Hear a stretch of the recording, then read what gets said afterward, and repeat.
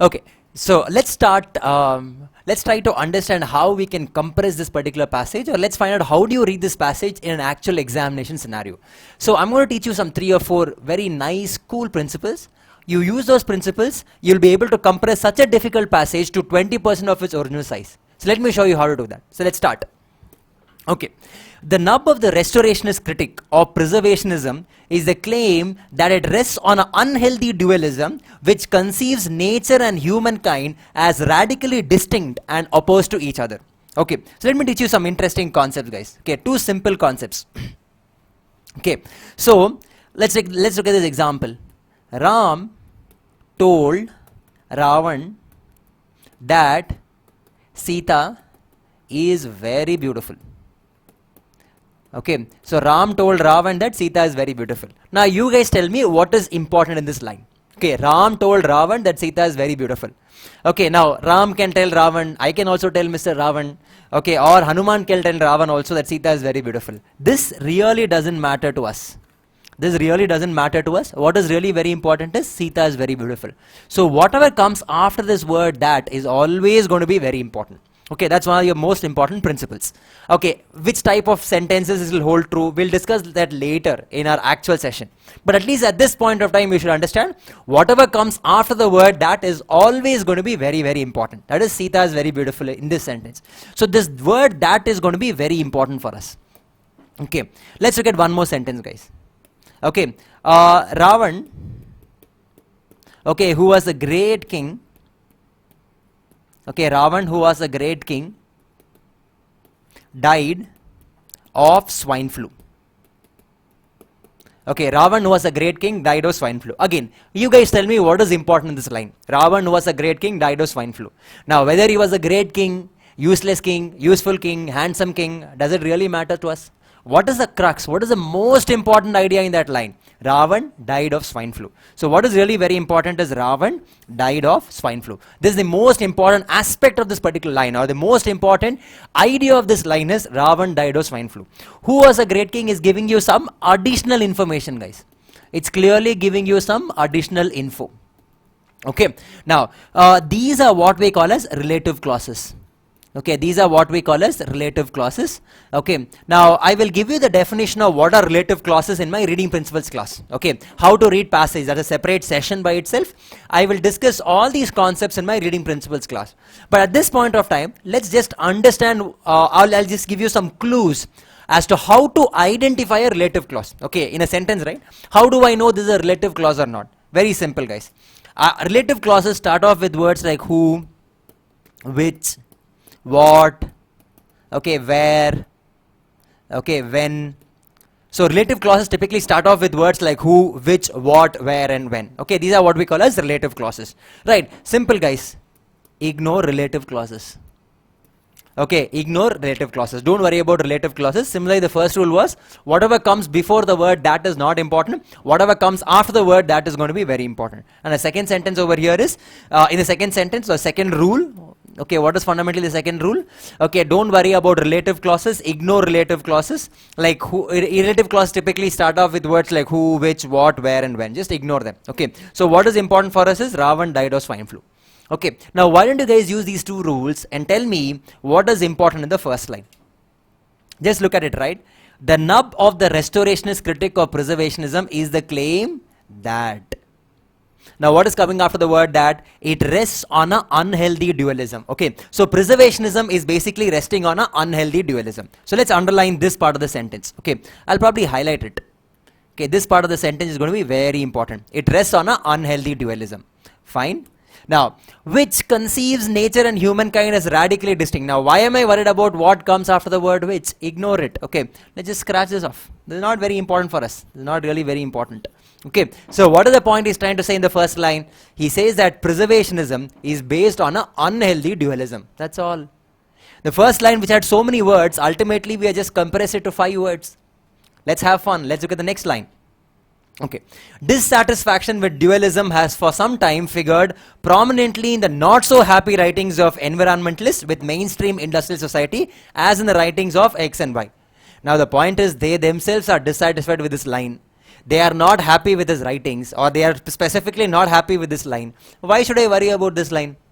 These are typically sentences with negative connotation. Don't worry about sentences with negative connotation. They will say, this is not what I wanted to say, this is not what I wanted to do. Why are we worried about all these things? Just ignore this line. Don't even bother to read this line. Moment they say dissatisfaction with the not so happy writings, okay fine, you yourself are not happy. Why should I waste my time, make myself very sad reading those lines? Ignore. Typically we'll discuss this rule. Ignore sentences with negative connotation.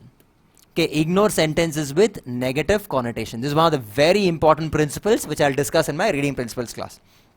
Read the next line. What's the first word? However. Very important word. These are what we call as structure words, guys. Very, very important words. Okay, however, the writings of the restorationists themselves. Oh, we've got a hyphen here. What do you think typically comes between hyphens? It's typically explanation or examples, right? Don't worry about all those things.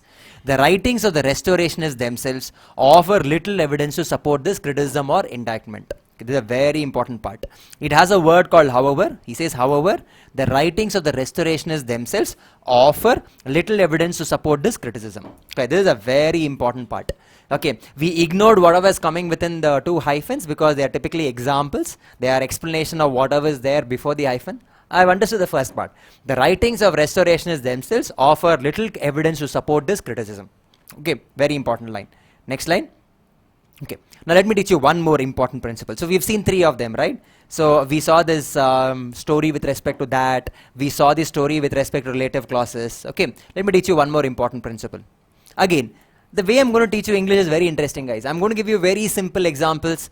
With those examples in mind, we will derive the important principles. Okay, let me give you a simple example. Okay, let's look at the statement. As he was walking down the road, okay, with Reebok shoes and Ray-Ban sunglasses, okay, he saw Miss Aishwarya Rai. Okay, guys, so very simple sentence. Now you guys tell me what is the most important part of this particular sentence. What is the most important part of the sentence? See, when I introduce the sentence in the class, most of the people believe that Miss Aishwarya Rai even now is the most important part of the sentence.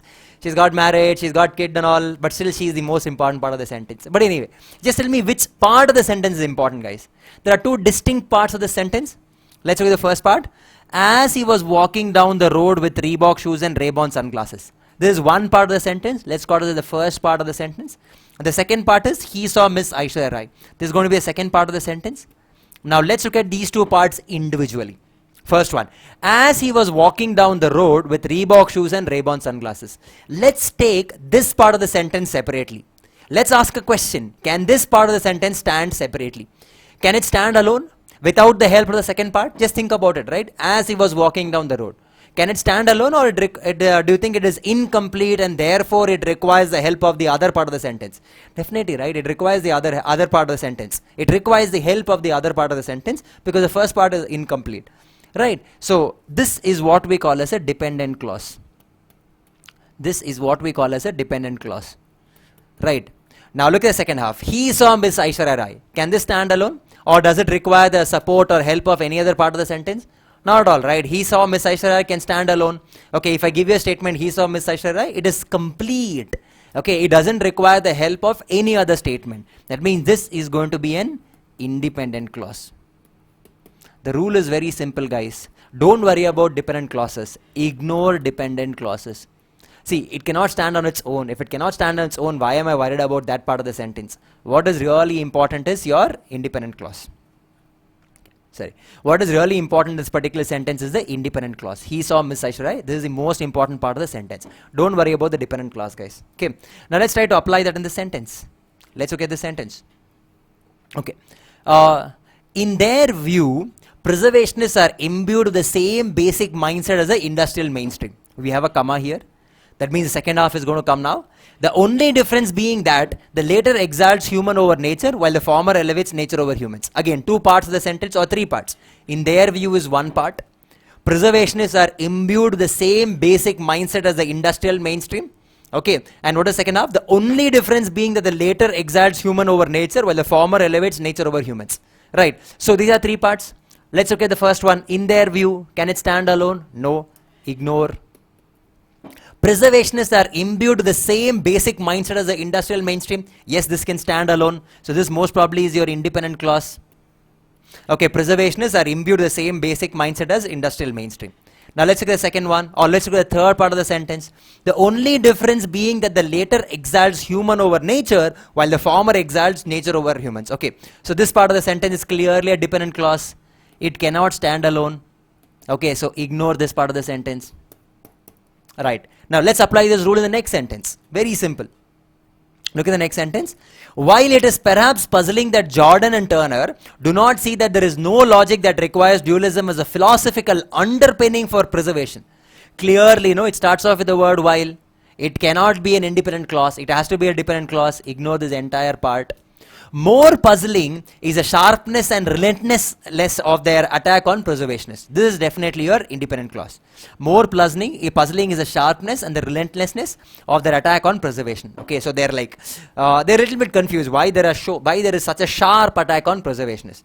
Now look at the next part. Accentuated by the fact that they offer little, if any, criticism of those who have plundered the natural world. Again, not very important. Okay, now look at the first paragraph, guys. The first paragraph was one of the most complicated paragraphs you would have ever read in your life, because he's like talking about preservationists, restorationists, some one dominating the other, etc. Then you've got Carolyn Merchant, Theodore Roszak, etc. and all. Very complicated paragraph.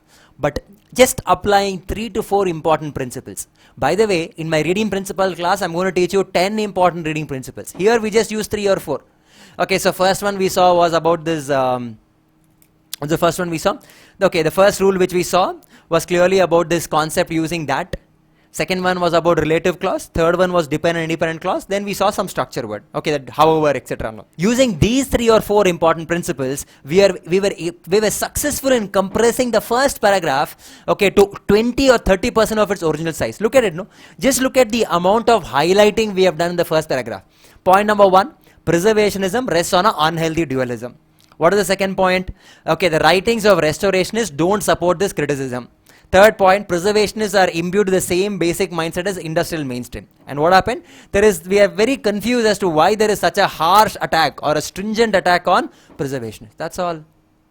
Let's put it like this, no? Conservationist, let's say, very optimistic reduction which I have done is I have knocked off 60% of the passage, guys. We just knocked off 60% of the first paragraph just by using 4 principles. Just think about, moment I teach you 10 important principles, you will be able to knock off 80% of the passage.